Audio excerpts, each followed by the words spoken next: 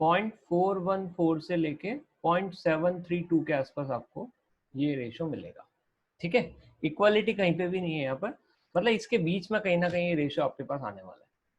तो अब ये बता दो इस रेशो को देखते हुए कि यहाँ पर कौन सा वाला वॉइड आना चाहिए, और छोटा कौन है बड़ा कौन है ये तो आपको समझ में आ रहा है। रेडियस किसकी बड़ी है, रेडियस Na+ की छोटी है, Cl- की बड़ी है, ठीक है ना, ये बात समझ में आ रही है। तो ऑब्वियस सी बात है ये वाला जो बंदा है ये कहाँ जाएगा, वॉइड पे जाएगा जो छोटा है, और ये वाला जो है वो आपके लैटिस पॉइंट्स पे जाएगा। तो लैटिस पॉइंट्स में यहाँ पर जाने का मतलब है ये सीसीपी अरेंज ऑक्यूपाई करता है, अरेंजमेंट ऑक्यूपाई करता है, जनरली सीसीपी अरेंजमेंट ही ऑक्यूपाई करते हैं, जो भी अपन ये पढ़ने वाले हैं आगे। ठीक है, सीसीपी अरेंजमेंट का मतलब क्या हो गया, एफसीसी अरेंजमेंट आप ऑक्यूपाई करा रहे हो, किसको, Cl- को, जो कि बड़ा है, कौन, क्लोरीन। ठीक है, तो वॉइड में जाना है, तो अगर रेडियस के रेशो इसके बीच में आ रहा है, इसका मतलब यहाँ पर अपन वॉइड कौन सा भर सकते हैं, ऑक्टाहेड्रल वॉइड यहाँ पर ऑक्यूपाई करेगा, कौन, स्मॉलर एनायन, स्मॉलर आयन, और वो स्मॉलर आयन है कौन राइट नाउ भी, Na+। इसका मतलब Na+ आपका कहाँ पे जाएगा, ऑक्टाहेड्रल वॉइड पे जाएगा, बाकी आपका Cl किस पे जाएगा, टेट्राहेड्रल वॉइड पे जाएगा। ये सबको समझ में आ गया होगा, बोलो पहला पॉइंट सबको क्लियर है, कोई दिक्कत तो नहीं इसमें। तो अपन इसमें फाइनली दूसरा पॉइंट लिखते हैं। तो अपना जो मेन पॉइंट है यहाँ पर वो सबसे पहले अपन ये लिख देते हैं कि जो Na+ यहाँ पर ऑक्यूपाई होगा वो कहाँ पे होगा, ऑक्टाहेड्रल वॉइड्स पे जाएगा, और जो आपका Cl- है वो आपका जाएगा सीसीपी अरेंजमेंट, या अपन उसको बोल सकते हैं एफसीसी अरेंजमेंट। ठीक है, तो देखो इसका फॉर्मूला तो आप यहीं से डायरेक्टली बना सकते हो, तीसरा पॉइंट मैं यहीं पे लिख रहा हूँ। फॉर्मूला अगर आपको बनाना है तो बताओ, Na आपका Cl- अगर सीसीपी अरेंजमेंट पे जाता है, इसका मतलब टोटल मिला के एक यूनिट सेल के अंदर कितने होंगे Cl-। सीसीपी मतलब एफसीसी वही हो गया, फेस के सेंटर्ड हो गए और कॉर्नर सारे ऑक्यूपाई हो गए। तो जल्दी से बताओ कि टोटल मिला के Cl- एक यूनिट सेल में कितने होंगे, 4, वेरी गुड। और अगर अपन बात करें Na+ की, और वो ऑक्टाहेड्रल वॉइड में गए, तो अगर किसी यूनिट सेल के अंदर 4 एटम होते हैं इफेक्टिवली, तो ऑक्टाहेड्रल वॉइड भी कितने होंगे उसमें, 4 होंगे, टेट्राहेड्रल वॉइड डबल हो जाते हैं, ये अपन ने पढ़ा हुआ है यहाँ पर। तो फाइनली आपके पास उस यूनिट सेल का फॉर्मूला क्या बन के आ रहा है, यूनिट सेल फॉर्मूला वो आपके पास बन के आ रहा है, Na कितने हैं आपके पास, 4, Cl कितने हैं, 4। तो प्रॉपरली अगर मैं इसमें से 4 कॉमन निकाल लूं, इसमें अगर अपन इंपेरिकल फॉर्मूला लिखे तो it is nothing but NaCl, यही फॉर्मूला होता है हमारे पास, बोलो। ठीक है, बस इसमें क्या चीज अपन ने सीखी कि जब अपन एक यूनिट सेल का मास निकालेंगे तो अपन एक NaCl का मास नहीं रखेंगे, 4 NaCl का मास रखेंगे। ये सबको समझ में आ रहा है, क्योंकि एक यूनिट सेल के अंदर 4 Na है और 4 Cl है, टोटल मिला के 4 NaCl के मॉलिक्यूल वहां पर मौजूद है। तो क्वेश्चन आ सकता है in a rock salt system और rock salt structure arrangement, how many molecules are there, या what is the mass of one unit cell. तो सीधा सीधा आपसे क्वेश्चन यहाँ पर बन सकता है। ठीक है, ये नोट डाउन कर लिया तो अपन आगे बढ़े, बोलो कि कर रहे हो अभी। फोर्थ पॉइंट में अपन देखते हैं कि रेडियस के बीच में रिलेशन क्या है हमारे पास। जैसे एक रिलेशन तो हालांकि ये है हमारे पास, अगर इसका रेशियो एग्जैक्ट अगर अपन को मिल रहा है तो काम हो जाएगा अपना, ठीक है ना। तो एक रिलेशन और आता है इनकी रेडियसेस के रिलेशन में, पहले अपन इसका स्ट्रक्चर बनाते हैं कि कैसा बनेगा। आप मेरे साथ साथ बनाते जाओ, क्यूब बनाओ जल्दी से एक।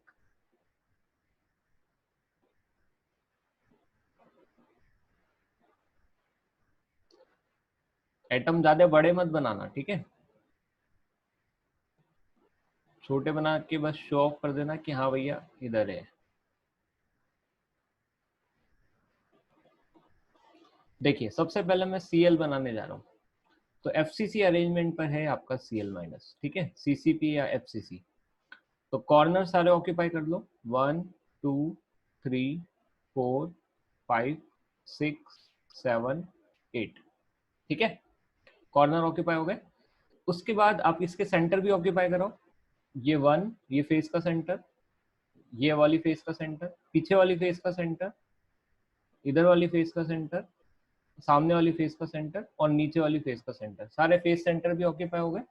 अब बचता है सोडियम, सोडियम को ऑक्यूपाई करवा देते हैं हम अपन। सोडियम एज के सेंटर पे, क्योंकि ऑक्टाइडल वॉइड पे जा रहा है वो, और ऑक्टाहेड्रल वॉइड कहाँ होता है एफसीसी के अंदर, एज के सेंटर पे। ये रहा सोडियम, ये सोडियम, सारी सारी एज के सेंटर पर।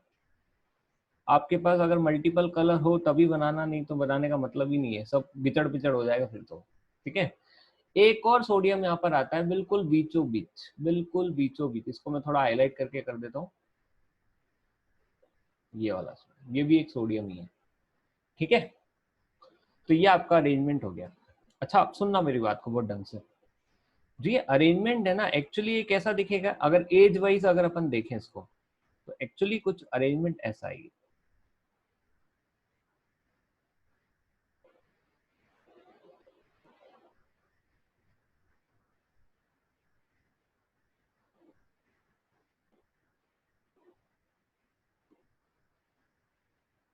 ये आपकी एक एज है, दिस लेंथ इज ए, समझ गए बात को? ये आपकी लेंथ ए है।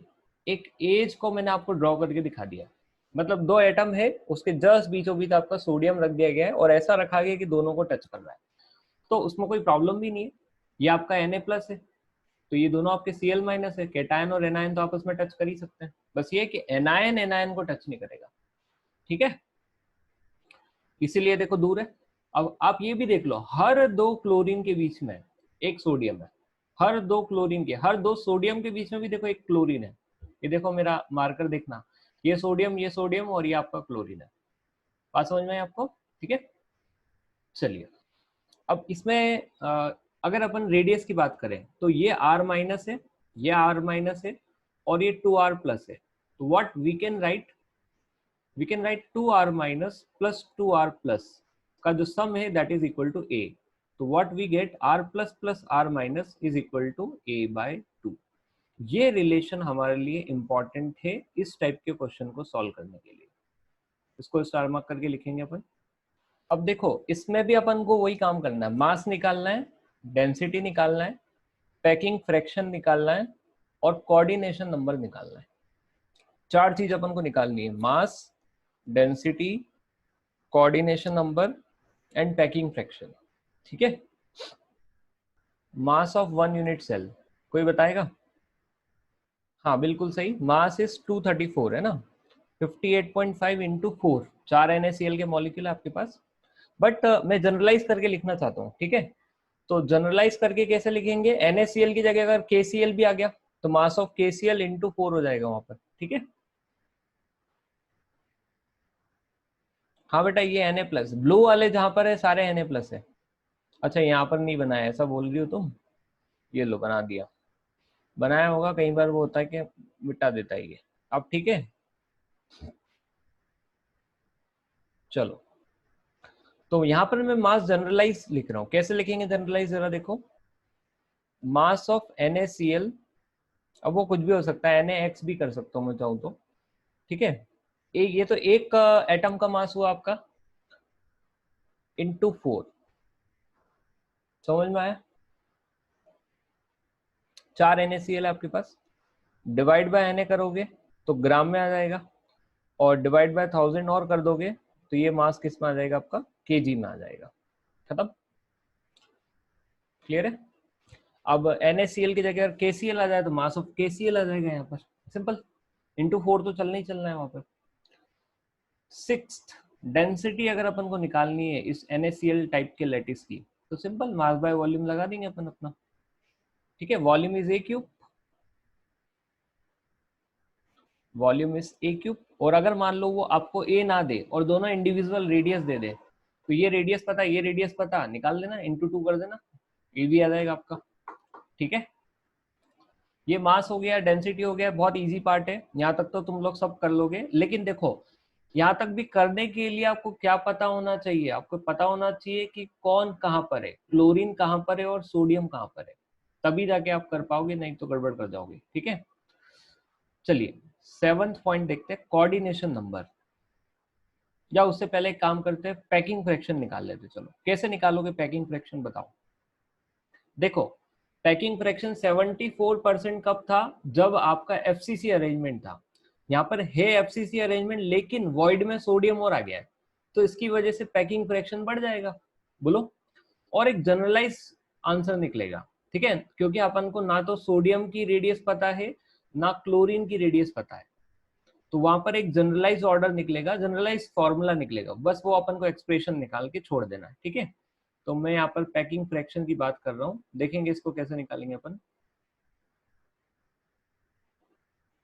देखना बेटा, 4 तो सोडियम एटम है और 4 क्लोरीन एटम है, मतलब आयन से अंदर, ठीक है। तो आप उसको कैसे लिखोगे, 4 times of 4/3 pi R plus का क्यूब, प्लस का क्यूब समझ गए, या इसको ऐसे लिख लो, मैं जनरलाइज ही लिख देता हूँ, बेटर यही रहेगा मेरे लिए। प्लस मतलब केटायन की रेडियस, और आर माइनस मतलब एनायन की रेडियस।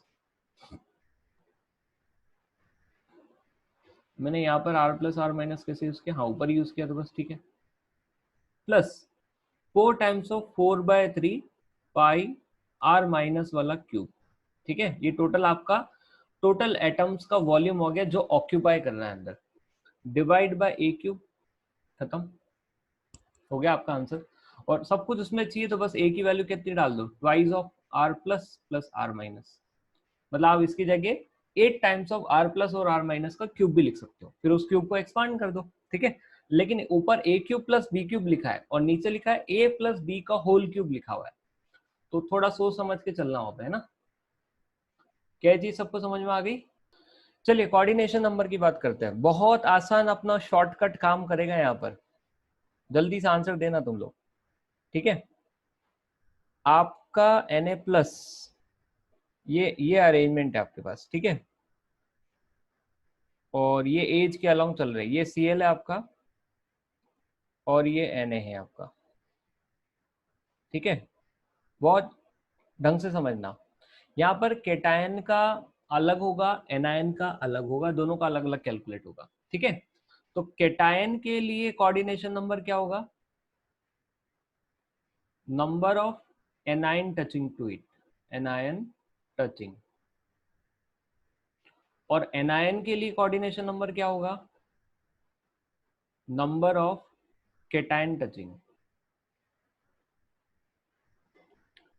अब थोड़ा सोच समझ के बताओ, ये आपके पास सोडियम है, तो सोडियम को कितने क्लोरीन टच कर रहे हैं, तो आप बेसिकली क्या कर रहे हो, एज के अलोंग चल रहे हो क्या, बोलो।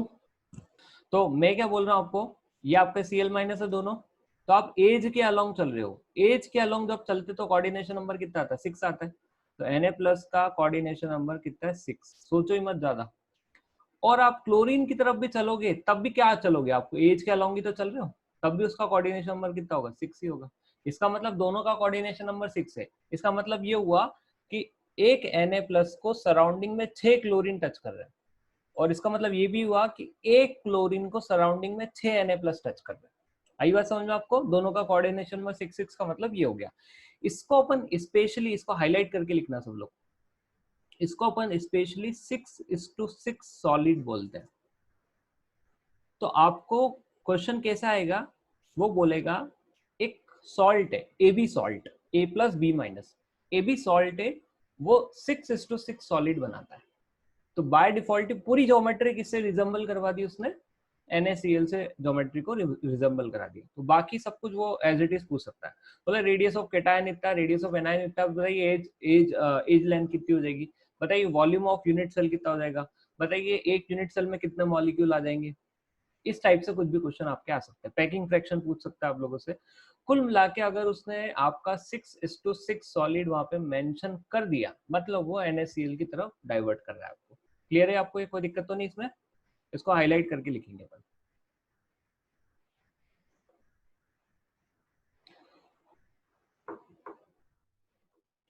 तो टोटल मिला के अपन ने 8 पॉइंट्स पढ़े, ये कि यही सारे पॉइंट्स अपन को बाकी ज्योमेट्रीज के लिए पढ़ना है।